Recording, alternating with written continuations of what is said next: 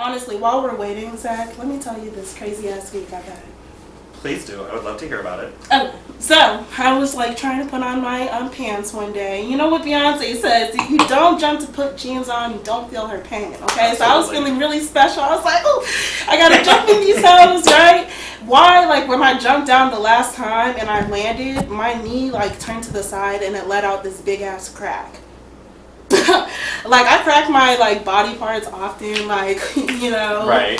Love doing that shit, but that one was like out of this world. Like I was right there in my room as you see it, and I jumped on the bed. I was like, oh my god, you know. And I just posted a video. I don't know if y'all saw it. I was trying to do this TikTok thing, like the WAP challenge. I saw it. Yes, and you do this huge ass high kick. Like my ass can't sit down. Like I didn't give a fuck. My knee is still in pain from when I fell down 2 weeks ago. Cracked it. Now it's like stiff. It's sore. So shit. That's the week I've had. How's yours? Shit. My week has been great. In lieu of our episode today, I actually just got a promotion at work. Snaps. So we'll be Snaps. starting that soon. Snaps. I am a 9-to-5er. Okay. So yeah, that's been my week. It's been pretty good. I totally feel the knee cracking because my knees crack like, kind of like I am the Tin Man if he was a stripper. Oh. It just, I mean, it's awful. It's terrible. I don't know what to do about it, but when I squat down, it sounds like Yes. it sounds like popcorn. I feel your pain. So. I feel your pain. I just felt it now. But what's up, you guys? It's your girl Victoria, and here today with me, obviously, I have Zach, and then I have Skylar behind the camera, and we should have KKuddaMuzic joining us soon. If you are in the chat, go ahead and send us a request so we can go live with you, sir. If not, then we're not going live with him. Anyways, so it's your girl Victoria, and you're watching Served on Sundays. If you're watching right now, please go ahead and send this to like 5, 10, 20 people. Let's get this fucking thing popping. Let's get it like talking. I have mostly entrepreneur followers and 9-to-5ers, professionals, creatives. I have all that. So I just want to make sure that we all get in the chat. So we're going to go ahead and plug KKuddaMuzic in while you guys, you know, send it to friends, right? Go ahead and send it. Thank you. And let us know in the comments, like keep the chat going and let us know what you think about our topics. Yes, keep the live popping. Keep it, shake the room a little bit. You know what I mean? What's up? How's it going, y'all? What's up, what's up, what's up? What's your real name? My real name is McKinney. What? McKinney? McKinney? Yeah. Okay. I'm like, so KKudda is my producer name, it's my stage name. So Okay. anything music related is probably what you hear me be referred to as. So, your stage name is KKuddaMusic, or was I pronouncing it wrong? Yeah, no, you got it right. It's right? Okay, cool. So go ahead and tell us where you're from and what you do. I mean, it's obvious what you do with the music and in your username, but like, go ahead and let us know what else. Yeah, sure. Hey, I'm sorry. I'm just trying to adjust my camera. So I don't Gotcha. And then also, can you speak up for me? Oh, I'm sorry. I'm just trying to adjust my camera. Oh, okay, gotcha, So I don't gotcha. have to hold it. Yeah, so, you know, I'm from St. Louis, Missouri, by way of Kansas City. I'm actually in Kansas City right now for school. And so speaking of school, I attend the University of Missouri, Kansas City, and I'm a jazz studies major. I've been playing piano since I was 7 years old. That's dope. And currently I'm working on, you know, just really elevating myself as a musician, but more so as an artist of creation. So that really expands beyond music. So my goals as far as that is just to build on top of that, you know, explore creative ventures and eventually open and start my own black creative collective. That's dope as hell. So where can we find your music? You got any music out there? Yeah, I do. I'm actually on SoundCloud. I'm on Apple Music, Spotify. You can find me on all streaming services. In fact, I have a directory to several of my links in my bio on my Instagram page too. So if you guys get a chance to check that out. I'm definitely going to check it out. Somebody said I see a paddleboard. Is it from fraternity? Yeah, so I'm a Spring 20 initiative, the Ducks Road chapter called Phi Alpha Fraternity Incorporated. So That's dope. Okay. And what do you like to do for fun? Man, honestly, just like creating. I love going out on the creative scene, meeting new people that to share ideas with. I love going to open poetry nights, spoken word events. Me too. Yeah. That's dope. So how many like poetry pieces have you like performed? So I haven't performed any myself. I'm just a connoisseur of spoken arts. I love like any poetry. Like I love to read it. I love to hear it. But I can't do it myself. Okay. Okay, that's dope. And so do you do anything else to like sustain like your dreams at the moment, or are you just going full throttle with the music thing? So I do have a day job when I'm not in school. I work at a recreational center, just like a fitness attendant. It's a pretty easy, chill job. And for now, it's really interesting. I'm in a certain space where I'm not as necessarily having to be responsible for all the things and necessities that I think you would have to do safely. Like, if you were living on your own, you know, you obviously have to have probably a full-time job to sustain yourself. So me being still blessed to, you know, be in school and then being able to stay with my parents while I'm not in school, it really gives me the leverage and the financial freedom to invest more in my career. I feel that. I don't have that blessing. I live by myself, but I would have loved to like stay with my parents and like really just accumulate that money, because being a creative, like you're really just pouring so much money into yourself and investing into yourself that like it can run you dry a little bit. But what are you in school for? Yeah, and I'm in school for music. My major is jazz studies. It's always been, I've been playing jazz since about high school.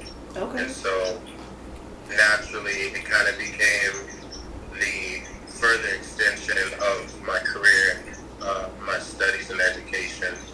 And I also received a scholarship. So free school, free money. Yeah, I'm going to take that. Right. Man. I didn't take my scholarship. See, all these bad decisions over here, but Hindsight's 2020. Yeah, that's true. So what are some of your goals that you see like in the future, like that you see yourself like accomplishing before 2020 ends, I should say? Oh, that's a great question.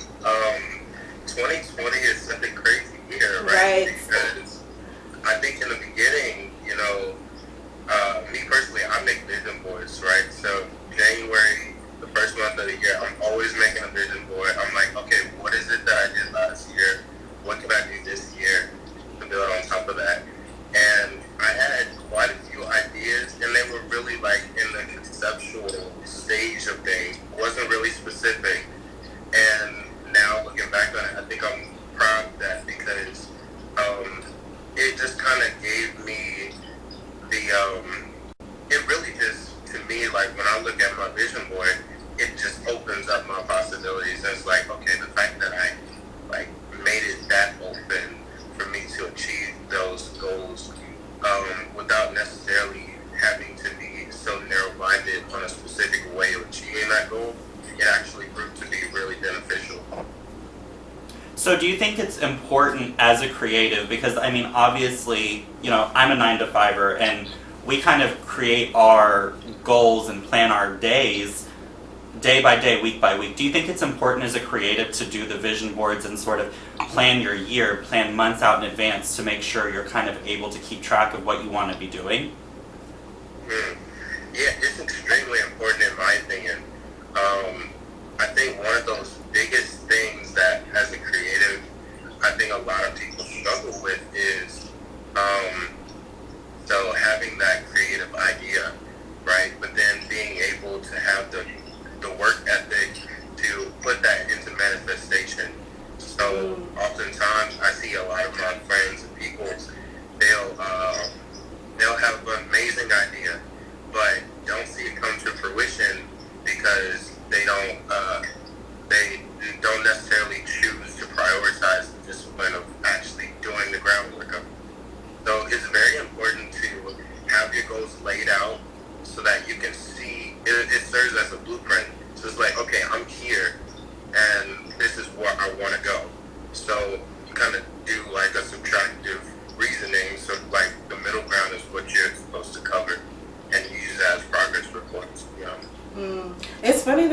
up vision boards. I have one. Skylar, do you want to hand me my vision board?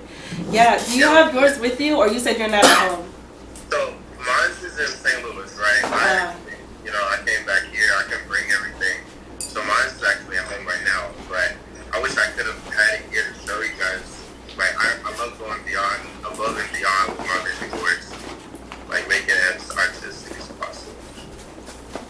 So, shoot, my vision board is like this. I don't know why I have this big ass ugly bow. I had this from Christmas and I didn't want to like throw it away or whatever. So I was like, stick it on here. But I feel like what you were saying is so true. Like if you're not putting the action behind these pictures that you put on your board, you're really not going to get anywhere. And honestly, I don't know. So you guys know me semi well. Mm-hmm. You guys think that I've accomplished some of the visuals on here? Yes. Yes. So I'm going to say that it's working for me. So I feel like people should do the vision board just because I'm such a visual person. Like I really have to plan out and see what's going on, which is why like the whole like planning out your day thing, sometimes it doesn't work for me because I'll have like a listed schedule and I'm not following it because it's just I'm doing whatever feels right, whatever I can get to at the moment, because at the end of the day I know I'm gonna complete my goal. But I just wanted to show you guys that because Leo things. Okay. Vision board. Do your goals roll over to another year? Like if you're doing your vision board planning for for 2021 and you're in January and you're like, oh, I didn't really do this the way I wanted to. Do you sort of like redevelop that plan and come up for, to keep that goal going? 100%. A lot of what my vision board is being successful in the music field that I am in. And so sometimes that plays out as far as like my last year's vision board was to release this project that I've been working on. And for those who are interested, it's called Astromusical Volume 2. But it took me like about 2 years to work on this, from conception to just releasing it on, sites and distribution companies and stuff. So one of the biggest things that I set as a goal for myself was, okay, I put rockets or something like that on my vision board. This is going to be similar to the Astromusical. But then you also see stuff on my thing like just musical instruments. So like really tapping in with technique and skill in mastering the piano, right? Which obviously, won't take a year, but it's like really like themes that stay the same. And then every year it's kind of like how am I fine-tuning that theme? How is it going to change in the context of this next year? Yeah, dang. The themes thing is a good point. Like, shit really does change like that, so it does have to alter and fit in a different way.